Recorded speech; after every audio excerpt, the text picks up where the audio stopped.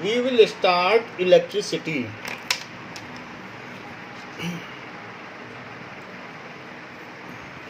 Now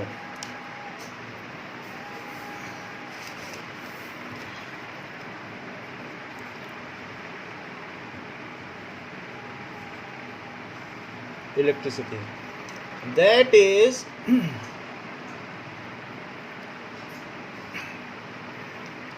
what does it mean by charge?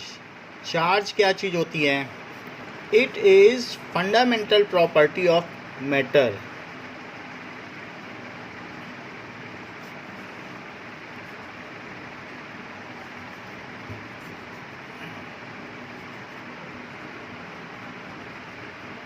Like mass, जैसे मास किसी चीज़ में होता है, किसी भी मैटर में, उसी तरीके से उसमें चार्ज भी होता है. It is of two types, positive and negative. ये दो तरीके के होते हैं, positive and negative charges. So electron bear negative charge while proton bear positive charge. So proton, ये सब तो हमें मालूम है कि कौन कौन सी चीज़ किस में है. प्रोटॉन न्यूक्लियस में होता है और इलेक्ट्रॉन उसके चारों ओर चक्कर लगाते हैं. तो proton bear positive charge while electron bear negative charge.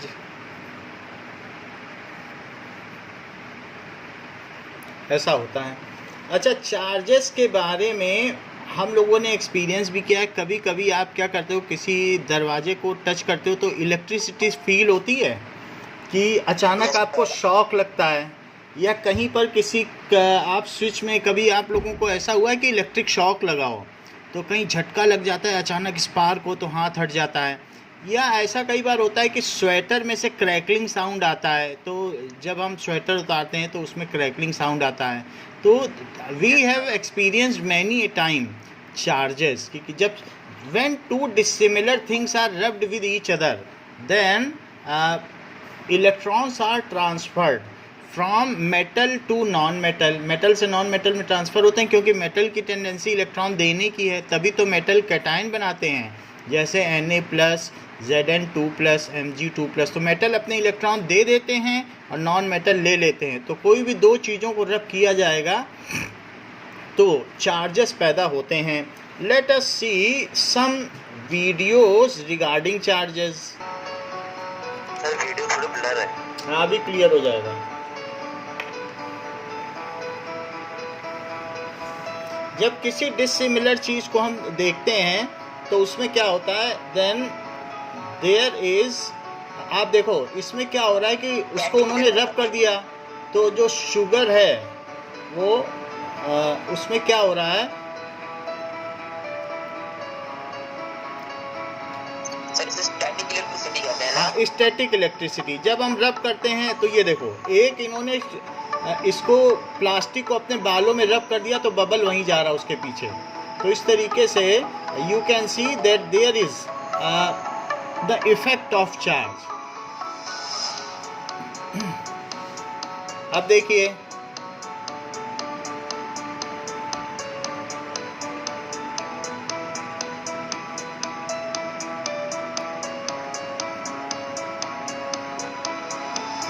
तो एक इन्होंने क्या किया है कि किसी प्लास्टिक कैप में यहाँ पर एक वायर डाल दिया है और वायर में दो पेपर डाल दिए, दो एल्यूमिनियम फॉइल. अच्छा, दो एल्यूमिनियम फॉइल डाल दी. अब इसमें क्या किया, इसको इसी ग्लास में ये रख दिया कप. अब ऊपर की तरफ से इन्होंने उसी प्लास्टिक को टच किया जिस पे चार्ज थे. तो आप नीचे देख रहे हैं, दोनों रिपेल हो रहे हैं. ये देखो, ऊपर जब ये टच करते हैं तो दूर हट जाते हैं, दूर भागते हैं. So in this way it is. फिर से देखिए, थर्माकोल पर इन्होंने एल्यूमिनियम फॉइल रख दी और दूसरे वाले थर्माकोल को रब किया तो उसमें ये अट्रैक्ट होने लग गए. सो that is again due two charges. तो यहाँ हम देख रहे हैं कि चार्जेस की वजह से ये हो रहा है। Now let us see one more experiment that is based on charges.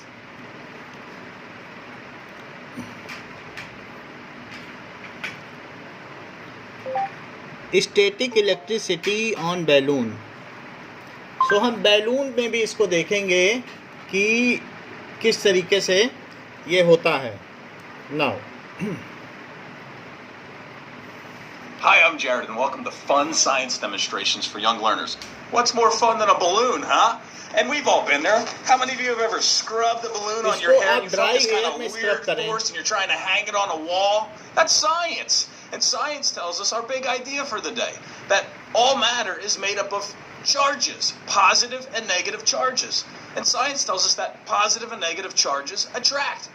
Opposites attract. And we can show you this using science. So I have this material here, it's wool, and I have my balloon, and now I'm going तो to किसी rub sweater पर off अगर ये या फिर my आप इसे negative charge. Hair पर ड्राई I'm हेयर rubbing पर it कर दें off. You तो भी can't कर see it, I can't see it, but I'm rubbing off the negative charge here.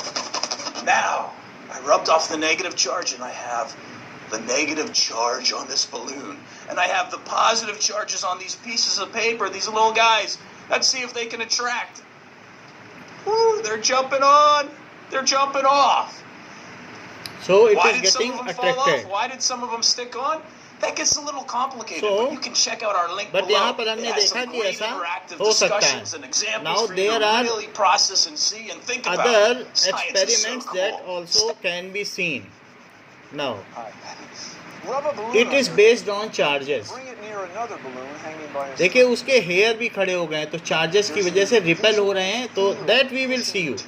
देखिए एक बैलून को दूसरे बैलून की ओर ले गए तो वो क्या हुआ, that is getting repelled. Electrons from your hair onto so the it is surface. Experience in day to day life. अगर आप हेयर में अट्रैक्ट रब करके दीवार पे चिपकाओगे तो चिपक भी जाएगा। That is again an experiment based on charges. So here the same has been explained. Electricity that stayed. It's like rubbing a rubber balloon on my hair. Now that is again, if a rod is rubbed on any cloth then the same thing happens. If a glass rod, पहले इन्होंने एक ebonite rod ली थी, लकड़ी की rod, तो वो repel हुआ था, और अब ग्लास रॉड है तो अट्रैक्ट हो रहा है। तो इस तरीके से पता चलता है कि ग्लास रॉड में पॉजिटिव चार्ज आ गया है और एबोनाइट यानी लकड़ी की रॉड में निगेटिव था। तो आपने देखा पहले रिपेल हो रहा था और अभी देखो अट्रैक्ट हो रहा है। So there are different types You of can try different charges. materials and now different experiments. There's some rubber you can strap to some keep other it experiment which we commonly do, that is rubbing scale or comb in dry hair, and then a bit of papers are getting attracted towards it. See both the experiment they are doing. यहाँ पर दोनों rod ले लिए, एक ebonite की भी है और एक glass rod, and that can B exhibited over here. Now further we will see the definition of charge. तो हम यहाँ पर देखेंगे चार्ज क्या होता है। So proton bear positive charge and electron bear negative charge. Charge on electron is, Shreyan electron पे कितना चार्ज होता है? सर उसका मतलब ऑन इलेक्ट्रॉन, इलेक्ट्रॉन पर कितना चार्ज होता है? 1.6 यस, -1.6 इंटू 10⁻⁻19 कूलम इतना होता है। सी का मतलब है coulomb, that is coulomb, that's it is on the name of scientist. And proton bears, so proton में क्या चार्ज होगा? Yes -19 yes, 10⁻⁻19 coulomb. So electron and proton bear equal and opposite charges. Electron and proton bears equal and opposite charges. तो एक तो हमने definition बताई कि ये फंडामेंटल हो गया, दूसरी चीज़ बताई कि electron and proton bear equal and opposite charges. Now like charges, तीसरी प्रॉपर्टी क्या है? Like charges repel each other while unlike charges attract each other. So quality कम हो रही है क्या वीडियो की? नहीं सर, ठीक है। ठीक है। So problem sir. let me correct it so that if quality is getting blurred, then let me make it more clear.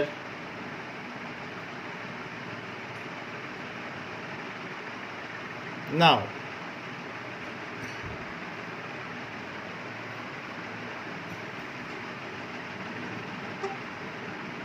नहीं, मुझे तो ठीक, मेरे लिए तो ठीक है।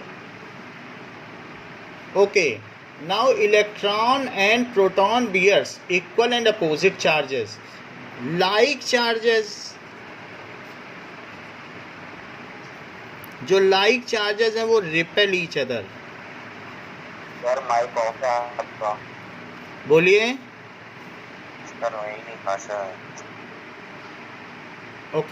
Okay, like charges repel each other and unlike charges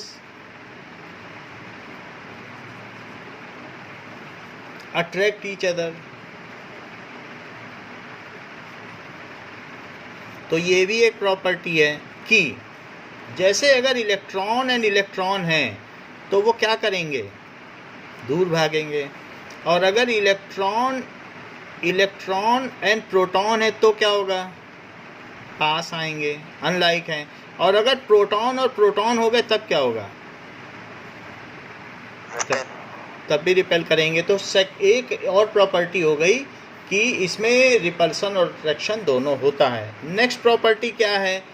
that is the conservation, law of conservation of charge. What is law of conservation of charge?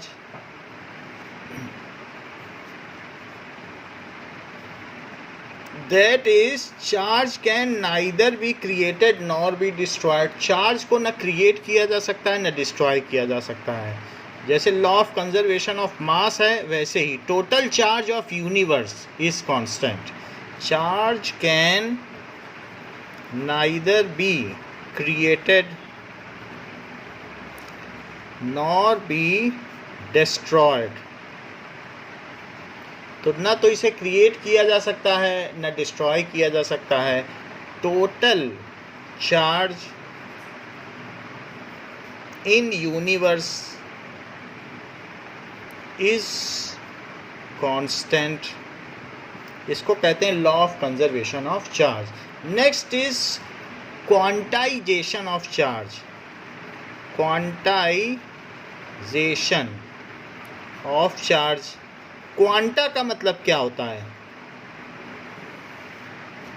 What does it mean by quantum? Quantum physics आप लोगों ने सुना है, तो what does it mean by quanta? इसका मतलब होता है पैकेट. तो चार्ज पैकेट के तौर पर आता है. अगर कोई कहे कि मान लीजिए एक ऑब्जेक्ट है और दूसरे ऑब्जेक्ट में उसको रब किया गया और फिर सेपरेट कर दिया गया, तो कोई कहे मेरे पास -3.8 इंटू 10⁻⁻19 कूलम का चार्ज है, तो वो सच बोल रहा है कि झूठ बोल रहा है? सच झूठ बोल रहा है। हाँ, सच इसलिए बोल रहा है क्योंकि it is double of charge of electron. तो जितना एक इलेक्ट्रॉन पर चार्ज होता है वो कितना होता है? 1.6. ये झूठ बोल रहा है, सही कह रहे हो, क्योंकि 1.6 इंटू 10⁻⁻19 कूलम होता है. और जो भी ट्रांसफरेंस होता है वो उतने इलेक्ट्रॉन ट्रांसफ़र हो तो हों. अब 2 इलेक्ट्रॉन अगर हो गए तो 3.2 हुआ. इलेक्ट्रॉन काट के तो ट्रांसफ़र नहीं किए जा सकते, क्योंकि जो इलेक्ट्रॉन पे चार्ज होता है वो 1.6 होता है. तो इसी के मल्टीपल में किए जा सकते हैं. मान लो किसी पे 10 इलेक्ट्रॉन ट्रांसफ़र हुए, 15 हुए.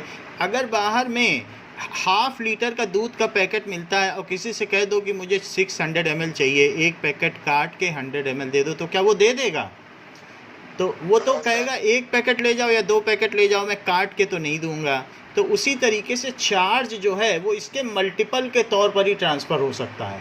So any body can bear charges in the multiple of minimum charges. आप हाफ लीटर के मल्टीपल में जितना भी दूध मांगना चाहो बाहर मांग सकते हो, लेकिन जो 600 ml मांगेगा उसे भेज दिया जाएगा।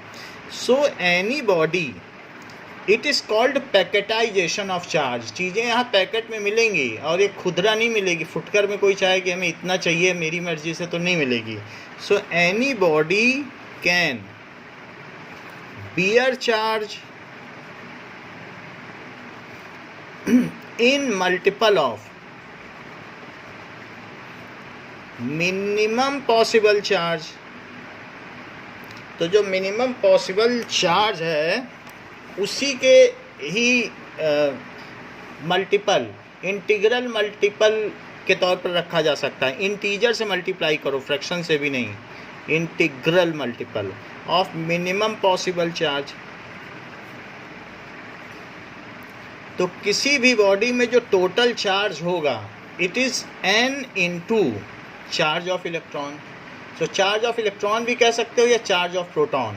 So if this body has transferred into this 10 electron, मान लो इसने इसको 10 इलेक्ट्रॉन दे दिए। भाई किसी भी एटम में इलेक्ट्रॉन तो घूमते ही रहते हैं, सेंटर में न्यूक्लियस होता है और इलेक्ट्रॉन घूमते रहते हैं, और रब करोगे तो इलेक्ट्रॉन उससे ट्रांसफ़र हो जाएंगे। मान लो ये मेटल है और ये नॉन मेटल है, तो नॉन मेटल में ट्रांसफ़र हो जाएंगे, क्योंकि नॉन मेटल की इलेक्ट्रॉन लेने की टेंडेंसी होती है और मेटल की देने की टेंडेंसी होती है। तो ऐसे सोडियम दे देगा, ये Na+ बन जाएगा, कहेगा Cl से कि तुम ले लो। तो ऐसे किया जा सकता है। तो मान लो 10 इलेक्ट्रॉन ट्रांसफ़र हो गए, तो ये जो सेकंड बॉडी है इस पे कितना चार्ज आ जाएगा? तो 10 हुए हैं, तो that is 10 into -1.6 into 10 to the power -19। इनका मल्टीप्लाई कर दो तो -16 into 10 to the power -19 coulomb. तो किसी भी बॉडी में चार्ज मिनिमम चार्जेस का इंटीग्रल मल्टीपल होगा, यानी इंटीजर मल्टीपल। कोई कह दे मुझे 2/3 चाहिए, इलेक्ट्रॉन का 2/3 करो, तो बाहर नहीं मिल पाएगा। आप कोई कहे मुझे पिज़्ज़ा चाहिए 2/3 काट के दो, तो ऐसा तो इलेक्ट्रॉन के केस में तो नहीं हो सकता है। तो इसलिए जो भी चार्जेस ट्रांसफ़र होते हैं वो इलेक्ट्रॉन के टर्म्स में होते हैं। सो एनी बॉडी, ये सारी चीज़ें हमने कही। तो अब now Anisha, are you there?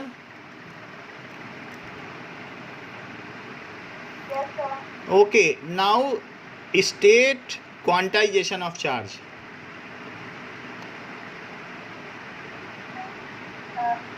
Quantization of charge states that any body can bear charge is multiple. हाँ, integral multiple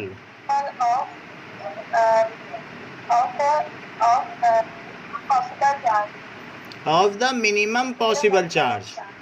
minimum possible charge, that is, उसका फॉर्मूला क्या हो जाएगा? Q is equals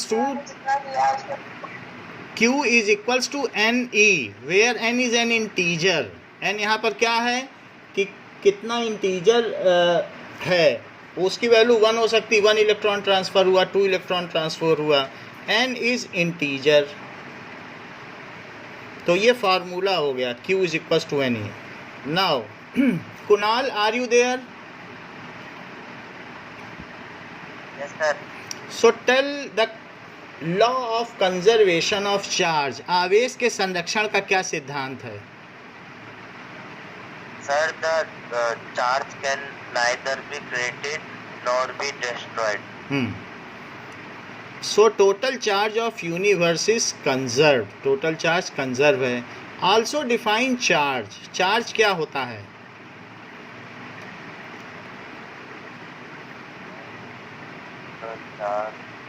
it is fundamental property of any matter like mass. जैसे मास किसी भी चीज़ में होती है तो उसी तरीके से उसमें इलेक्ट्रॉन और प्रोटॉन भी रहेंगे, क्योंकि वो खुद किसका बना है बताओ? क्या वो एटम का नहीं बना है? एटम का बना है। और एटम में क्या होते हैं? Equal number of electron and equal number of proton. तो हो सकता है कि वो न्यूट्रल हो, लेकिन न्यूट्रल होने का ये मतलब नहीं है कि उसमें चार्ज ना हो। उसका सिर्फ यही मतलब है कि उसमें जितने इलेक्ट्रॉन हैं उतने ही प्रोटॉन हैं। अगर किसी बॉडी को किसी से रब ना किया जाए तो उसमें कोई चार्ज नहीं होता। मतलब ऐसा मैं कह रहा हूँ कि नहीं होता, इसका ये मतलब ना समझिए कि उसमें इलेक्ट्रॉन प्रोटॉन नहीं होते हैं। It only simply means that the negative charge is equal to positive charge. So किसी भी ऑब्जेक्ट में चार्जेस होते हैं, लेकिन वो न्यूट्रल तभी मानी जाएगी जब उसमें जितना नेगेटिव चार्ज होगा उतना ही पॉजिटिव चार्ज होगा। तो चार्ज एक फंडामेंटल प्रॉपर्टी है, किसी भी पदार्थ का मूलभूत गुण है। जिस प्रकार से मास किसी भी ऑब्जेक्ट की फंडामेंटल प्रॉपर्टी है, in the similar manner charge is the fundamental property of mass matter like mass. जैसे कि डेफिनेशन यहाँ दिखाई गई है, charge is the fundamental property of any matter like mass and it should be adhered properly. यही इसकी definition है। अब जरा आगे देखो कि बात कही गई है व्हाट इज 1 कूलम। तो यहाँ पर आपने देख लिया कि किसी भी चीज़ में टोटल चार्ज Q, तो Q इज इक्वल टू क्या है, मान लो इसमें बहुत सारे इलेक्ट्रॉन आ गए, तो हम ये पता कर लेंगे कि कितने इलेक्ट्रॉन हैं, तो उसका टोटल चार्ज निकाल लिया जाएगा। n नंबर ऑफ इलेक्ट्रॉन हैं और ये है। सो डिफाइन 1 कूलम, तो टोटल चार्ज की जगह लिख दो 1 coulomb. Okay, total charge 1 coulomb. हमें मालूम नहीं कि कितने इलेक्ट्रॉन चाहिए 1 कूलम के लिए, पता नहीं कितने चाहिए, लेकिन हमें ये तो मालूम है कि एक इलेक्ट्रॉन पर कितना चार्ज होता है, 1.6 इंटू 10 टू द पावर -19, वो भी निगेटिव होता है। तो अब n क्या हो जाएगा बताओ, 1/, ये टोटल चार्ज हमने लिख दिया। मान लो Q कह दे कोई 1 कूलम है, तो पता लगाओ इसमें कितने इलेक्ट्रॉन हैं। सो हमने यही क्वांटाइजेशन ऑफ चार्ज का फार्मूला इस्तेमाल किया गया है, पैकेटाइजेशन ऑफ चार्ज का। तो that is -1.6 into 10 to the power -19, तो ये लिख दिया। माइनस तो खैर कॉमन है, इसकी पावर ऊपर ले जाओ और ये डेसिमल भी हटा दो, तो 10/16 हुआ, और ये पावर ले जाओ तो 10 टू द पावर 19 हो गया, ये n हो गया। सो दैट इज, आप इस साइड में लिख रहे हो वो दिख ही नहीं रहा है, आप इसके साइड में थोड़ा सा ही दिख रहा है। अच्छा अच्छा, दिख रहा है। Okay, I will make it now. Is it okay with your screen? हाँ, अब दिख रहा है। ओके, नाउ अब ये देखो, सो जो भी चार्ज है, चूंकि नंबर की बात की गई है, सो इट इज़, नंबर निगेटिव नहीं हो सकते, इसलिए हम यहाँ पर प्लस का साइन लगा रहे हैं कि that means it contains this much proton. क्योंकि अगर मैं कह रहा हूँ 1 कूलम का पॉजिटिव चार्ज है, तो पॉजिटिव चार्ज की जब डेफिनेशन बताओगे तो उसमें इलेक्ट्रॉन तो होंगे नहीं, उसमें क्या चीज़ होगी बताओ, एक्सेस प्रोटॉन होंगे, क्योंकि उसको उतने इलेक्ट्रॉन छोड़ के भाग गए होंगे। तो हम ये देखेंगे कि किसमें कितने प्रोटॉन है। So I have kept proton because number can not be negative. So अब मैं देखने जा रहा हूँ कि +1 कूलम का चार्ज होने के लिए कितने प्रोटॉन होने चाहिए। ज़रा ये देखो, सो दैट इज़, यहाँ Q की जगह 1 रख दिया, इलेक्ट्रॉन है तो मतलब दैट इज़ प्रोटॉन का चार्ज रख दिया। आप इलेक्ट्रॉन की जगह प्रोटॉन का रख सकते हैं, that is now it is electricity, so we are at electricity and we are getting familiarized with charges। तो हम यहाँ देख रहे हैं कि एक प्रोटॉन का चार्ज और ये टोटल चार्ज, तो कितने प्रोटॉन मिल जाएं कि 1 कूलम चार्ज बन जाए। तो उसके लिए आप इसको इसे डिवाइड कर दो, total charge divided by charge of 1 proton, तो पता चल जाएगा कि कितने प्रोटॉन होने चाहिए। सो 16 से 10 में डिवाइड करो, डेसिमल लगाओ, दैट इज़ 96, 4 आ गया, डेसिमल लगा हुआ है तो 16 2 जा 32, फिर 8 आ गया तो 16 5 जा 80। सो ये चीज़ हो गई, हमने इससे डिवाइड कर दिया। So this is 0.625 into 10 to the power 19, इतने proton. It is a large number of proton. अगर आप सोचो कि पूरी धरती पर 1 कूलम चार्ज हो तो करीब करीब ये ऐसा टाइप होगा, क्योंकि इतने सारे प्रोटॉन मिल जाएं तब जाकर 1 coulomb. So 1 coulomb charge is very large quantity. However अगर आप इसे बड़ा कर दो 1 डिजिट तो इसे छोटा करना पड़ेगा। जैसे आप इसे 6.25 कर दो, 10 से मल्टीप्लाई कर दिया मैंने, और इसमें 10 से डिवाइड कर दो तो 10 टू द पावर 18 हो गया। तो इस तरीके से जब भी एक डिजिट को बड़ा करना होता है तो दूसरे को छोटा करना होता है, तो वही चीज़ है, यानी इसमें से 10 निकाल के इसमें मल्टीप्लाई कर दिया, सीधी सी बात। सो what is 1 coulomb of charge? So if any body bears 6.25 into 10 to the power 18 protons, then it has 1 coulomb of positive charge। ठीक है, इसी चीज को Yash you are there? Yes sir. बेटा बताओ, define 1 coulomb of charge. Sir ये मेरे को समझ में नहीं आया। अच्छा, फिर से आपको फिर से बता देंगे। Now Amit Kumar, are you there?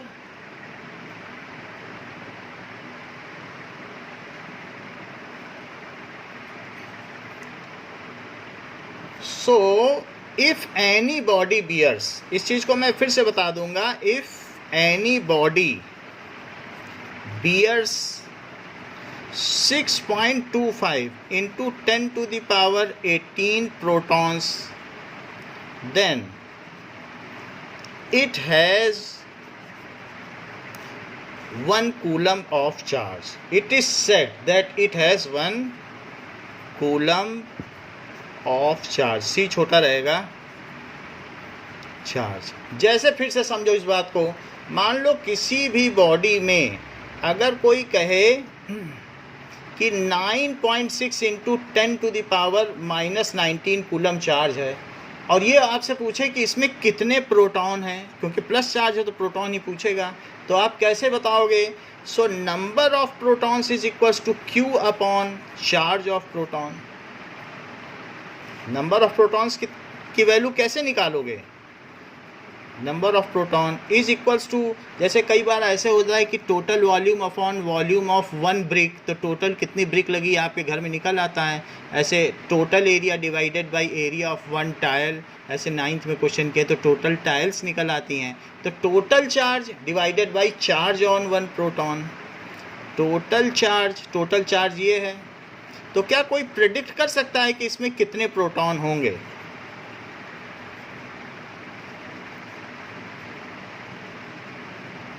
बताइए। Yes sir. बता दो कितने होंगे।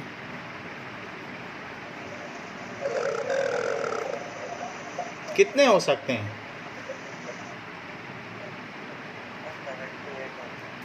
Okay, now let me connect it again so that you are audible to me।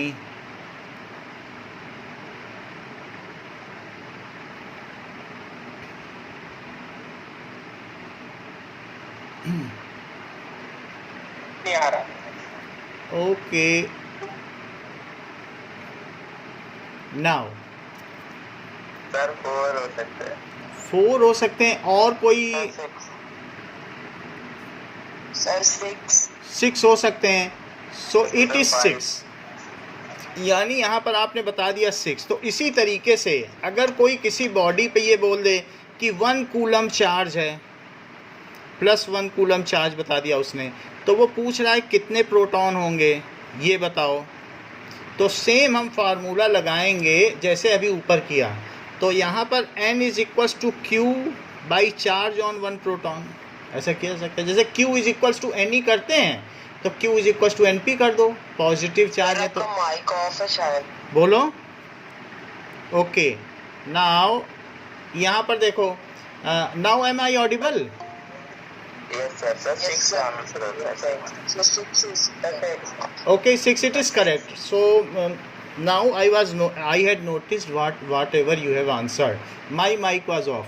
So total 6 electron. If somebody is telling that any body bears +1 coulomb charge, then how many number of protons are there? बिल्कुल उसी basis पे कर रहा हूँ। तो अब देखो, तो मैं क्या करूँगा, टोटल चार्ज कितना लिख दूँगा, +1 कूलम, और एक प्रोटॉन का चार्ज क्या लिख दूँगा, that is equals to +1.6 into 10 to the power -19 coulomb, ये लिख दिया। Okay, now that is equals to, तो 1, अब कूलम क्या होता है? बोलो। सर कूलम क्या होता है? कूलम इज द साइंटिस्ट के नाम पे चार्ज की यूनिट कूलम रखी गई है. So coulomb was a scientist and the unit of charge on the name of coulomb is that is coulomb. So unit of charge is coulomb. तो unit of charge is coulomb. जैसे कि आपने देखा Newton एक scientist थे, तो force की unit क्या रख दी गई थी? न्यूटन. फिर आपने 1 न्यूटन डिफाइन किया था. ओके, तो उसी तरीके से अब हम यहाँ चार्ज को डिफाइन करेंगे. जैसे आप ऐसा देखो कि मान लीजिए कोई आपसे पूछे, जूल एक साइंटिस्ट थे, तो उनके बेसिस पर आपने 1 जूल डिफाइन किया. आप 1 न्यूटन को डिफाइन करो. What is 1 Newton? कूलम को तो हम बाद में डिफाइन करेंगे. बताओ 1 न्यूटन क्या होता है? Srijan, are you there? Yes sir. बेटा 1 न्यूटन डिफाइन करिए, क्योंकि वो फोर्स की यूनिट है. हाँ बोलो अनीशा. देखो फोर्स क्या होता है? mg. मान लो किसी भी ऑब्जेक्ट पर ग्रेविटी फोर्स लगा रही है, तो ये अर्थ ने फोर्स लगाया. अच्छा, मान लीजिए कि कोई ऑब्जेक्ट 0.1 kg का है और उस पर जो g लग रहा है उसे मैं 9.8 न लेके 10 मीटर पर सेकंड स्क्वायर लूँ, तो यहाँ पर ये क्या चीज़ हो गई? 100 ग्राम की कोई चीज़ है और g कितना है? 10. तो इन दोनों को मल्टीप्लाई करो. फोर्स ये वेट ही तो होता है ना, किसी ऑब्जेक्ट पे लगता है. तो ये कितना आ गया? 1 Newton. So the gravitational force experienced bye 100 gram object is called 1 Newton. 100 ग्राम का सेब अपने हाथ में लो. चूँकि एप्पल न्यूटन के ऊपर गिरा था, तो इसीलिए एक एप्पल लेने में 100 ग्राम का होता है. जितना फोर्स लगाना पड़ता है उठाने में, दैट इज़ 1 न्यूटन. तो देख लो, दोनों को मल्टीप्लाई किया, 1 न्यूटन आ गया कि नहीं? तो एक यूनिट ली जाती है कि 1 न्यूटन कितना होता है. क्या आप ये मुझे बता सकते हो सृजन कि आप 20 किलो पानी की बाल्टी उठा सकते हो? 20 लीटर या 20 किलो? Yes sir. तो आप कितने न्यूटन का फोर्स लगा सकते हो? सर 200. Very good. क्योंकि आप यहाँ 20 लिख दोगे और 20 × 10, तो जनरली एक 10th क्लास का बच्चा 200 न्यूटन फोर्स लगा सकता है. और अगर आपके बीच में कोई ऐसा भी है जो 2 बकेट पानी एक साथ उठा सकता है, तो 20 + 20 40 मास और इंटू g इंटू 10, तो 400 न्यूटन लगा सकता है. ये तो आपने बता दिया 1 न्यूटन की definition. What is 1 newton? The force experienced by, ठीक है, the weight experienced by 100 gram object. ठीक है, जो भी वेट है वही 1 न्यूटन है. जितना वेट उस पर लग रहा है नीचे की ओर, उतना उसको उठाने में आपको फोर्स लगाना पड़ेगा. So weight experienced by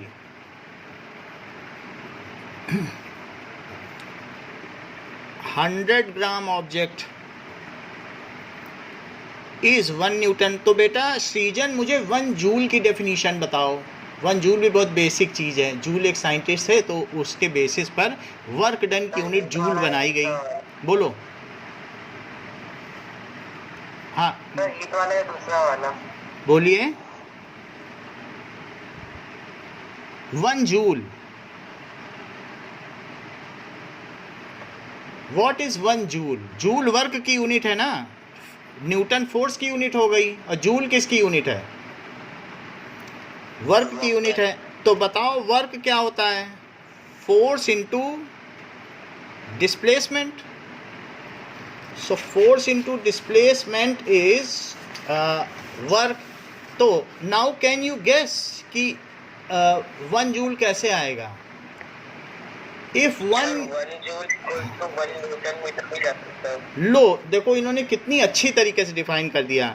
when 1 newton force is applied on a body, 1 newton तो इनको पता चल ही गया था, and it is displaced by 1 metre. भाई 9th में थी तभी तो ये बता सके कि ये भी 1 ले लिया और ये भी 1 ले लिया और ये 1 जूल आ गया, क्योंकि work done is force into displacement. So we should always learn from intelligent students because they know the basic things.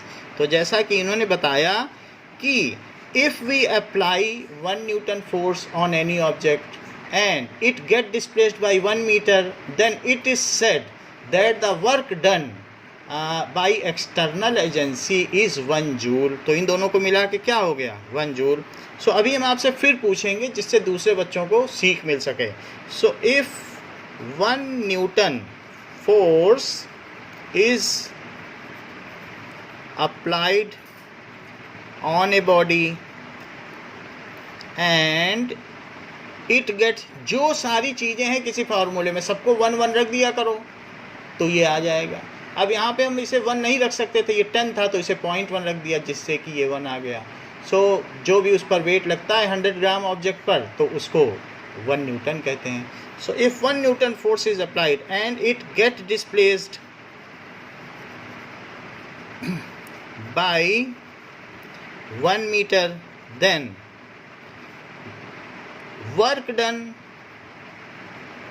is 1 joule, 1 joule। so 1 joule हो गया।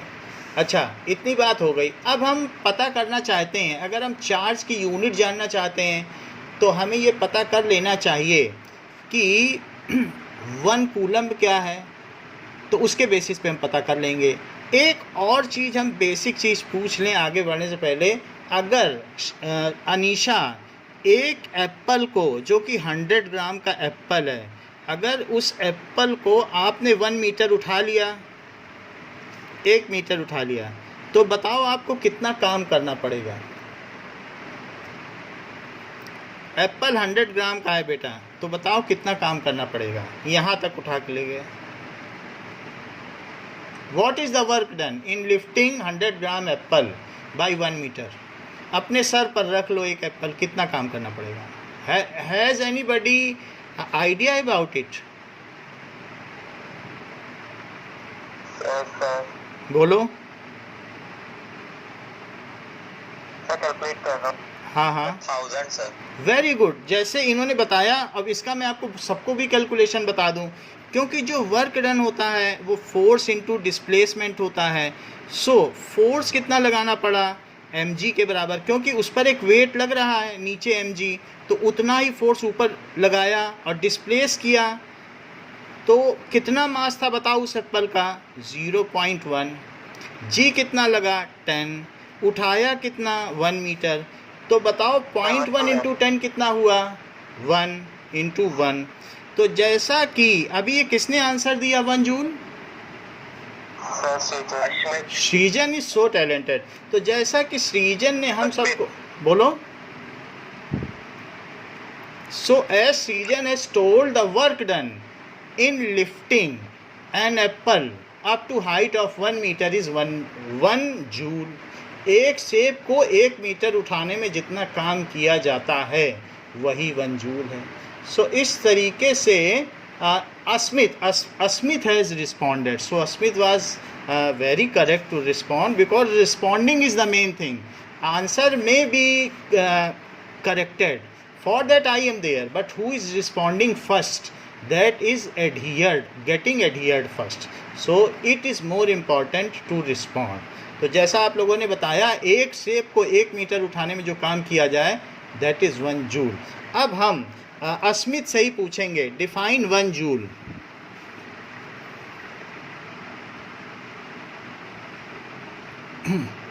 अस्मित, हाँ Sir, when 1 Newton force is applied on an object and the object is displaced by 1 meter, then it is known as 1 joule. Then it is 1 joule. What is 1 coulomb?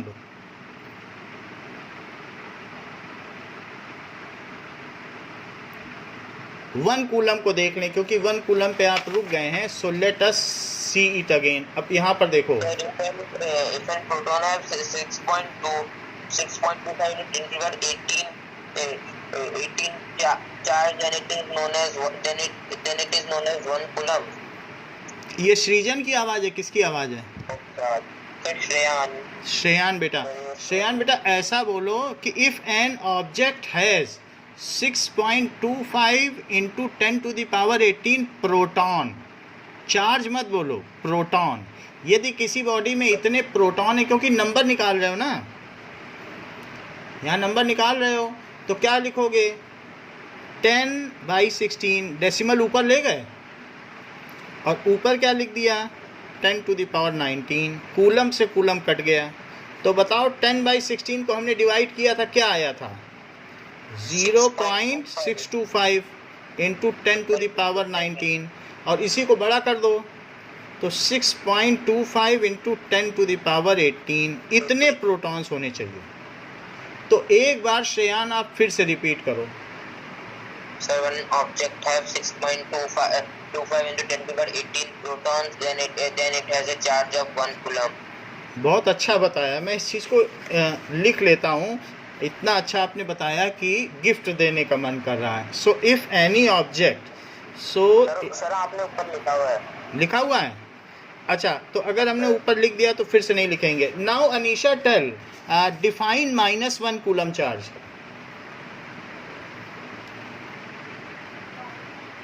Sir मैं define करूं? या उसकी value Anisha बताओ, the value define करो -1 coulomb charge. If any body bears, sir मैं define करूं? कुणाल बेटा आप हो? इफ एनी बॉडी हाँ बोलो बोलो Anisha. If any body bears -6.25, ऐसा कुछ नहीं है, माइनस में थोड़ी ना नंबर होते हैं, आप ठीक नहीं बता रहे। नाउ -1 कूलम चार्ज के बारे में बात करो। नाउ क्यू क्या होता है बताओ? हाँ बोलो। If anybody bears 6.25 into 10⁻18 electron, then it has -1 coulomb of charge. Very good. अब देखो Q is equal to N, फिर लगा रहा हूँ, तो N को क्या लिखूँ? Q/E। तो बताओ कितना चार्ज है उस पर? -1 कूलम। इलेक्ट्रॉन का कितना चार्ज होता है? 1.6 into 10⁻19. और वो भी निगेटिव में होता है, तो निगेटिव निगेटिव कट गया, कूलम से कूलम कट गया, और आंसर कितना आ जाएगा? 6.25 इंटू 10⁻18। अनीशा फिर से रिपीट करो।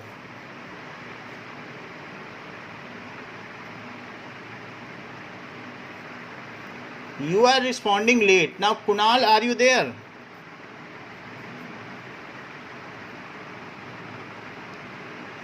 Okay, if Asmit, define -1 coulomb of charges. I think we should again connect.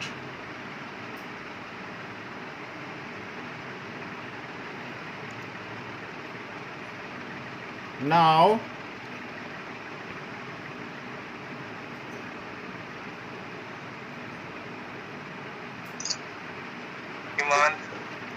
okay. No.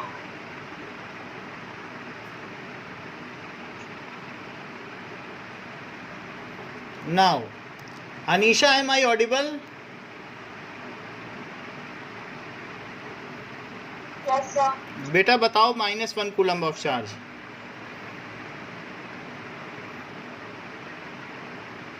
If any body bears 6.25 into 10⁻18 electrons, then it has 1 coulomb of charge. 1 coulomb क्यों बोल रही हो? -1 coulomb क्यों नहीं बोल रही हो? इलेक्ट्रॉन है तो 1 कूलम चार्ज हो जाएगा क्या? प्लस में चार्ज हो जाएगा क्या? So that means if any body bears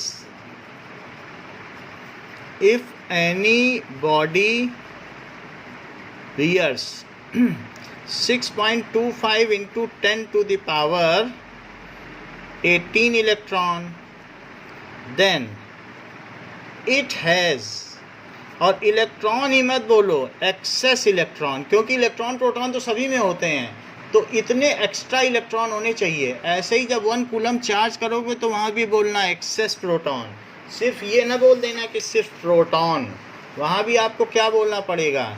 it should have excess proton, then only it is valid, then it has -1 coulomb of charge. Now Asmit मुझे ये बताओ कि मैंने 2 बॉडीज़ को रब किया और इसमें 5 इलेक्ट्रॉन ट्रांसफ़र हो गए। अब ये ए बॉडी है और ये बी बॉडी है, तो ए बॉडी पे नेट चार्ज कितना होगा और बी बॉडी पे कितना चार्ज होगा?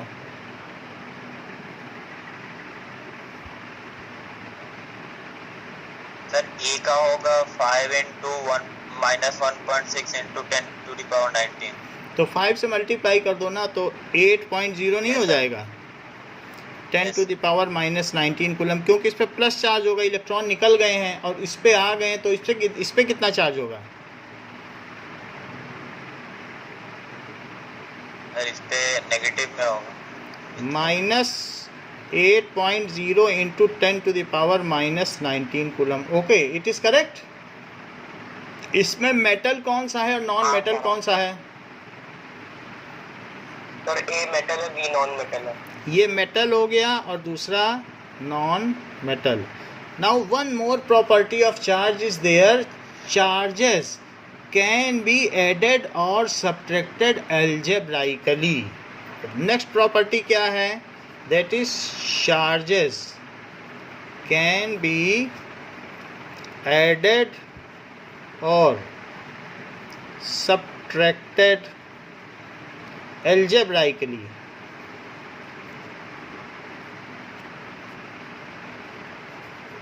जैसे अलजेब्रा में एडिशन एंड सब्ट्रैक्शन करते हैं, वैसे यहाँ पर भी किया जा सकता है।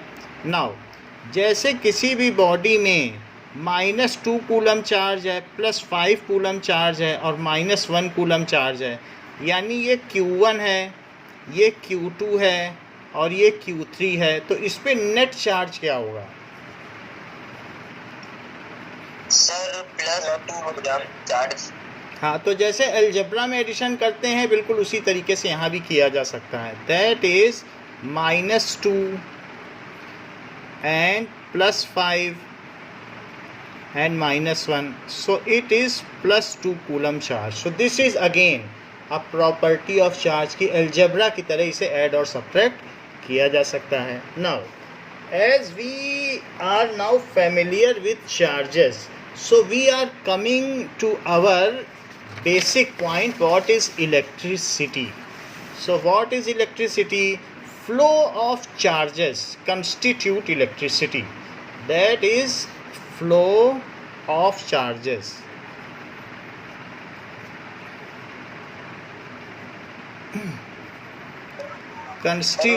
हाँ बोलिए, क्या कुछ स्क्रीन में या आवाज़ में दिक्कत है तो बताइए। फ्लो ऑफ चार्जेस, बोलिए। कुछ दिक्कत नहीं है, स्क्रीन नहीं दिख रही? ओके, वो थोड़ी देर के लिए होता है। Flow of charges constitute electricity. So charges होंगे तो इलेक्ट्रिसिटी, कहीं पर भी चार्ज फ्लो कर जाएं, मान लीजिए किसी कंडक्टर में से इलेक्ट्रॉन फ्लो कर रहे हैं, सो अगर इलेक्ट्रॉन ऐसे फ्लो करने लग जाएं, क्यों फ्लो करेंगे? अगर उसके एक तरफ आप प्लस चार्ज लगा दें और एक तरफ क्या कर दें, माइनस चार्ज लगा दें, ऐसा कैसे करेंगे? ऐसा करने के लिए इसको एक बैटरी के तरफ लगाएं। सो बैटरी से इसको कनेक्ट कर दें और बैटरी के जो प्लस टर्मिनल है उस प्लस टर्मिनल से इसको जोड़ दें, तो इसके एक तरफ प्लस हो जाएगा, इस तरफ माइनस हो जाएगा, और similar charges ripple each other, तो यहाँ से इलेक्ट्रॉन भागने लगेंगे क्योंकि यहाँ निगेटिव आ गया है, और किधर की ओर भागने लगेंगे, जिधर प्लस है। तो इस तरीके से ये कहा जाएगा कि इसमें electric current is flowing. So flow of charges constitute electric current. तो इसमें जो फ्लो होने लग गई उसको क्या कहेंगे? Electric current. So flow of charges constitute electric current. Now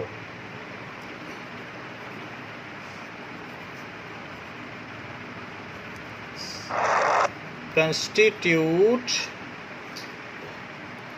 electric current. कहीं भी चार्ज फ्लो कर रहे हो तो उसको इलेक्ट्रिक करंट कहेंगे। Now electric current can be symbolised by I. Electric current का सिंबल क्या होता है? आई। एंड जैसे कि किसी भी क्रॉस सेक्शनल एरिया से बहुत सारे इलेक्ट्रॉन निकल रहे हैं। Now there are some electrons are passing through it, क्योंकि ये सब आ रहे हैं और ये सब पास हो रहे हैं, और भी आएंगे और भी पास होंगे। तो यहाँ पर अपनी नज़र लगा लो। नाउ यू सी, अगर आप यहाँ से आप देखो तो कितने electron, the amount of charges flowing through any cross sectional area per second. जैसे अपने घर के सामने नज़र लगा के देखो कि कितनी बाइक्स गुजर रही हैं, तो वो चीज़ जो भी, अगर जितनी बाइक गुजर रही है वो बाइक करंट हो जाएगी। या फिर कहीं पर आप नज़र लगा के देखो कि किसी नदी से कितना पानी, कितना वॉल्यूम पानी गुजर रहा है, तो अगर आप ऐसा देख सके तो वो वाटर करंट हो जाएगी कि इस क्रॉस सेक्शनल एरिया से कितना वाटर गुजर रहा है। So amount of volume of water passing through any cross sectional area, it is water current. और इसी तरीके से amount of charges flowing through any cross sectional area per second, 1 second में कितना गुजर रहा है, that is called electric current. अब हम इसकी डेफिनीशन लिखेंगे। ये तो एक लेमैन्स डेफिनीशन है कि जहाँ से, हाँ, that we are going to tell whatever you are saying, we will write it in a refined way. So सबसे पहली बात है कि अमाउंट ऑफ चार्जेस, उसको समझ लें, फिर आपकी हम रेट वाली डेफिनेशन पे आएंगे। Amount of charges, what is electric current?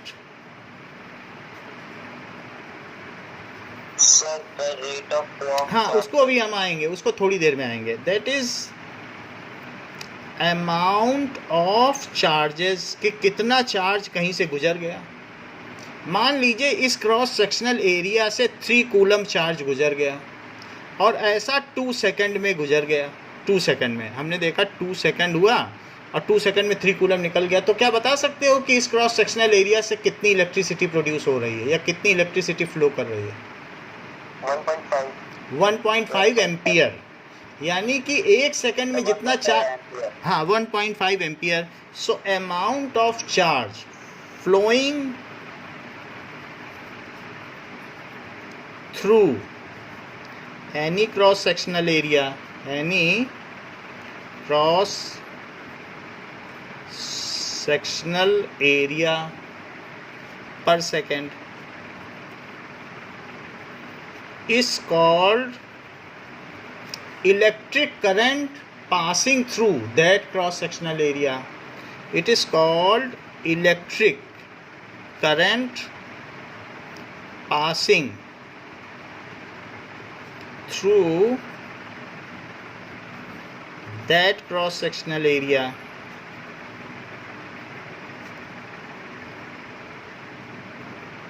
जरा चेक करें इलेक्ट्रिक करंट की डेफिनीशन क्या होगी। सो इलेक्ट्रिक करंट क्या है, क्योंकि बहुत सारी करंट हैं, कहीं वाटर करंट है तो कहीं कुछ करंट है, तो इस तरीके से कहीं मैग्नेटिक फ्लक्स भी होता है, तो हम इसलिए इसे इलेक्ट्रिक करंट कहेंगे, सिंपली करंट नहीं बोलेंगे। बोलिए। ओके, नाउ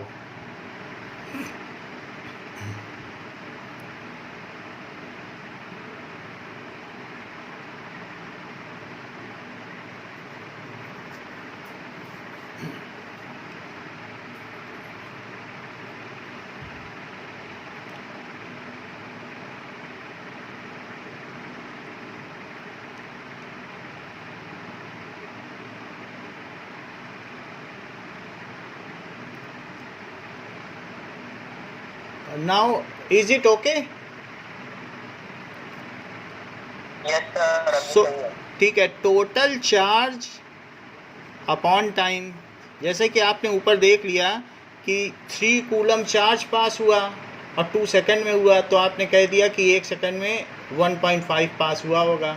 सो इस तरीके से टोटल चार्ज अपॉन टाइम, इसी को इलेक्ट्रिक करंट कहते हैं। So what is electric current? Electric current is equals to Q by T, that is capital Q upon T, इस तरीके से निकाला जा सकता है। So that is rate of flow of charge through any cross sectional area is called electric current. जब rate हो गया तो अब पर सेकंड नहीं लिखना है, अगर बहुत प्रिसाइज करना चाहते हैं तो time rate of flow of charge लिख सकते हैं, otherwise it is okay to write rate of flow. Sir तो इसकी यूनिट क्या होगी सर? यूनिट अब हम देख लेते हैं। जैसे आपने बहुत अच्छी बात कही कि इसको ऊपर वाली चीज़ तो कूलम्ब हो गई और नीचे सेकंड हो गई, तो इसे कूलम्ब पर सेकंड भी लिखा जा सकता है, और कुछ लोग इसे एम्पियर भी लिख सकते हैं, और कुछ लोग इसे कैपिटल ए भी लिख सकते हैं। तो 3 तरीके से इसकी यूनिट हुई। सो that is rate of flow of charge, rate of flow of charge, ठीक है, through any cross sectional area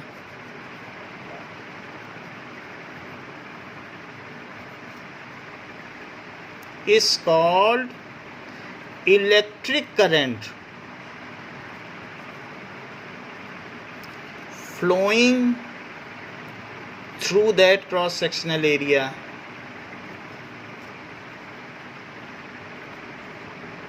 cross sectional, उस जगह से कितनी करंट फ्लो कर रही, यही कहा जाएगा। यहाँ से मान लो आपके सड़क के सामने से 10 बाइक पर सेकंड निकल रही है, अब आगे पता नहीं वो लेफ़्ट मुड़ जाएं कि राइट मुड़ जाएं, ये नहीं कहोगे कि सारी रोड से उतनी ही बाइक्स पर सेकंड जा रही हैं। आपके सामने से कितनी जा रही हैं, सिर्फ उसी की बात की जाएगी। इसीलिए through that cross sectional area पर हमने जोर दिया, through that cross sectional area. So now Kunal, are you there? Yes sir. बेटा बताओ electric current. Rate of flow of charge through that cross sectional area is called current.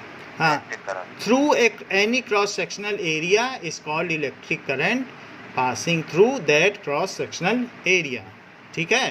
सो किसी भी cross sectional area से जितना rate of flow of charge है वही electric current है।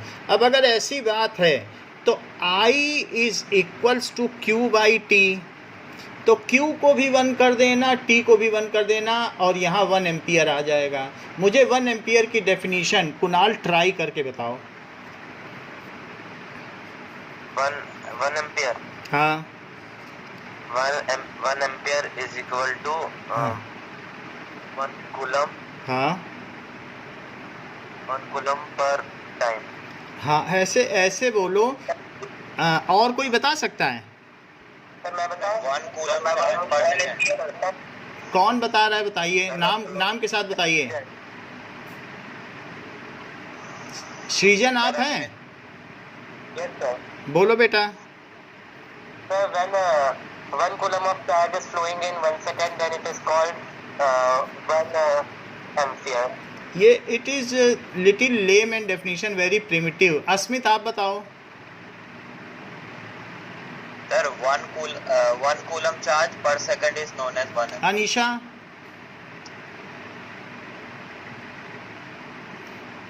ऊपर वाली डेफिनेशन में फिट कर दो।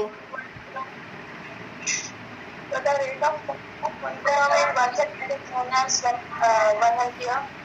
If 1 coulomb charge is flowing per second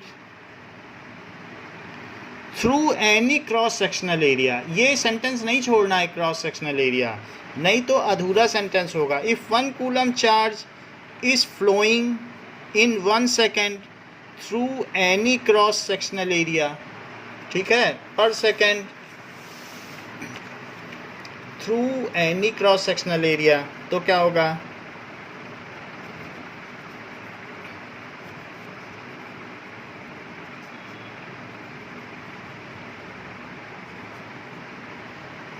then electric current through that cross sectional area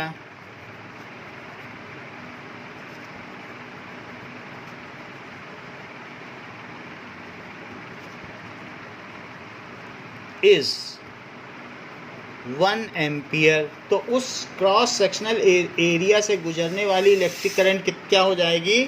1 ampere हो जाएगी। Now Ishan, are you there? Yes, sir. बेटा बताओ 1 ampere. Sir, when 1 coulomb of charge passes through any cross-sectional area in 1 second, then it is known as 1 ampere. हाँ, then electric current passing through that cross sectional area. Simply जल्दी से sentence खत्म, do not be in hurry to complete the sentence. Then electric current passing through that cross sectional area is 1 ampere. Pranjal repeat करो.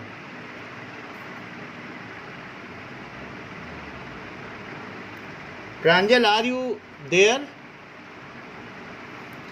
Yes, sir. बेटा बताओ, what is 1 ampere? बोलिए. Sir मैं ही फिर से बता दूं? तो मैं बता दूं? बता दो बेटा. Sir, when 1 coulomb of charge passes through any cross-sectional area for 1 second, then that amount of electric current is known as 1 ampere. Then electric current passing through that cross sectional area is 1 ampere.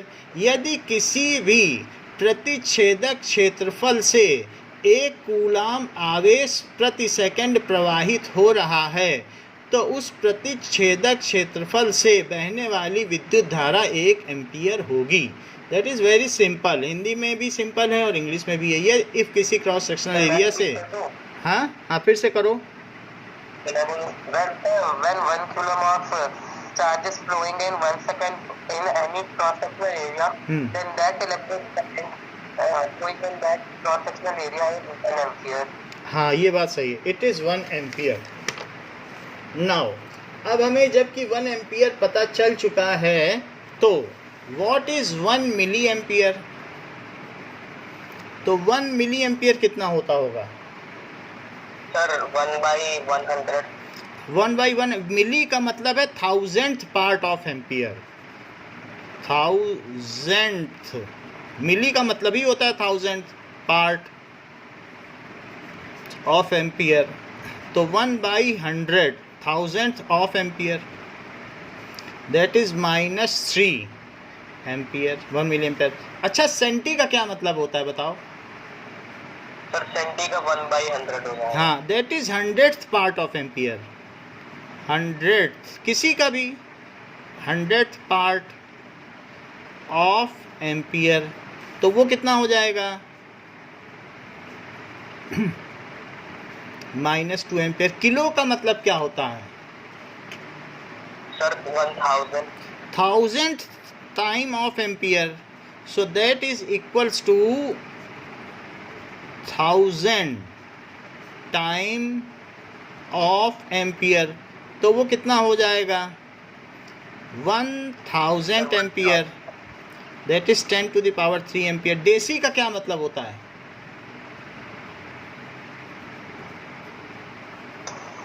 What does it mean by deci? 1/10. बहुत अच्छा. 10th part, that is 10th part of ampere. तो क्या हो जाएगा? 1/10 ampere. That is 10⁻⁻1 ampere. Deca का क्या मतलब होता है? Sir, 1/50. ये बहुत अच्छा बताया आपने कि 10 times of ampere. 10 times of ampere. तो उस समय क्या हो जाएगा? 10 एम्पियर. तो हमें हमेशा इस बात का ध्यान रखना होगा कि kilo hecto decagram deci centi milligram. Kilo hecto deca gram, kilo hecto deca gram और डेसी सेंटी मिलीग्राम. इसका क्या मतलब है? जैसे कि अगर मैं कहूँ कि किलो हेक्टो डेका ग्राम भी हो सकता है, मीटर भी हो सकता है, लीटर भी हो सकता है, एम्पियर भी हो सकता है, कुछ भी हो सकता है. किलो हेक्टो डेका ग्राम, फिर डेसी सेंटी मिलीग्राम. अब ज़रा देखो, यहाँ से अगर मैं कहूँ कि डेका क्या है तो 10 टाइम्स, हेक्टो क्या है 100 टाइम्स, किलो क्या है 1000 टाइम्स. ये क्या है 100 टाइम्स, ये क्या है 10 टाइम्स, ये क्या है 1/10 टाइम्स, ये क्या है 1/100 टाइम्स, ये क्या है 1/1000 टाइम्स। बोलो बात समझ में आ गई? इतना क्लियर है? Yes, sir. अगर Yes, sir. इतना क्लियर है तो मुझे बता दीजिए, जैसे कि 1 किलोमीटर में कितने मीटर होते हैं? Sir, 1000. क्योंकि यहाँ से जब 3 स्टेप नीचे आओगे तो 1000 मीटर, क्योंकि 1000 टाइम्स ऑफ मीटर, किलो का मतलब ही है कि 1000 times of metre, so it is 1000 times of metre is 1 kilometre. तो 3 स्टेप नीचे आए हो तो 3 जीरो बढ़ाना, नीचे आओ तो एनर्जी बढ़ती है, जीरो बढ़ाओ, और ऊपर जाओ सीढ़ियों से तो एनर्जी घटती है। अब ज़रा देखो, 1 इसी तरीके से 1 मीटर में कितने सेंटीमीटर? अब मीटर से नीचे उतरो, 100. दो सीढ़ी उतरे तो 100 सेंटीमीटर। अच्छा फिर ये मुझे बताओ 1 मीटर स्क्वायर में कितने centimetre square? Sir, 10,000. Sir, 100 centimeters, sir. बोलो। 100 centimeters, sir. ये बहुत अच्छा बताया कि 4 जीरो 10,000, ऐसा क्यों बताया? ज़रा देखो, क्योंकि इन्होंने 1 मीटर स्क्वायर को 1 मीटर इंटू 1 मीटर लिख दिया, क्योंकि कोई चीज़ का एरिया 1 मीटर स्क्वायर है तो ये भी 1 मीटर और ये भी 1 मीटर, और फिर 1 मीटर को इन्होंने 100 सेंटीमीटर लिखा और दूसरे को भी क्या लिख दिया 100 सेंटीमीटर, तो दोनों से मिलके क्या हो गया? तो जब स्क्वायर हो तो 2 जीरो बढ़ाना, ध्यान रखना। तो 1 मीटर क्यूब में अनीशा कितने सेंटीमीटर क्यूब होंगे?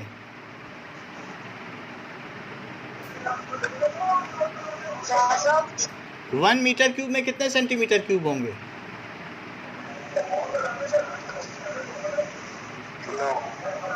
सृजन बोलो बेटा, 1 मीटर क्यूब में कितने सेंटीमीटर क्यूब होंगे? Sir, 10 है. 10 की power 6, it will be 10 to the power 6। क्यों? क्योंकि 1 मीटर क्यूब को क्या लिख सकते हो? 1 मीटर का होल क्यूब, फिर उसे क्या लिख सकते हो? 100 सेंटीमीटर का होल क्यूब, तो it is 100 centimetre into 100 centimetre into 100 centimetre. बोलो बात समझ में आ गई? तो इस तरीके से वी कैन चेंज। तो ये यूनिट का इंटर कन्वर्जन है जो डेसिमल सिस्टम पर बेस्ड है, and you should know it because frequently it is asked. अब हम आगे बढ़ते हैं। Now pardon, okay, now the unit was given on the name of Andre Marie Ampere. So Andre Marie Ampere has given a contribution to current electricity, and on that basis the unit of current electricity is Andre Marie Ampere.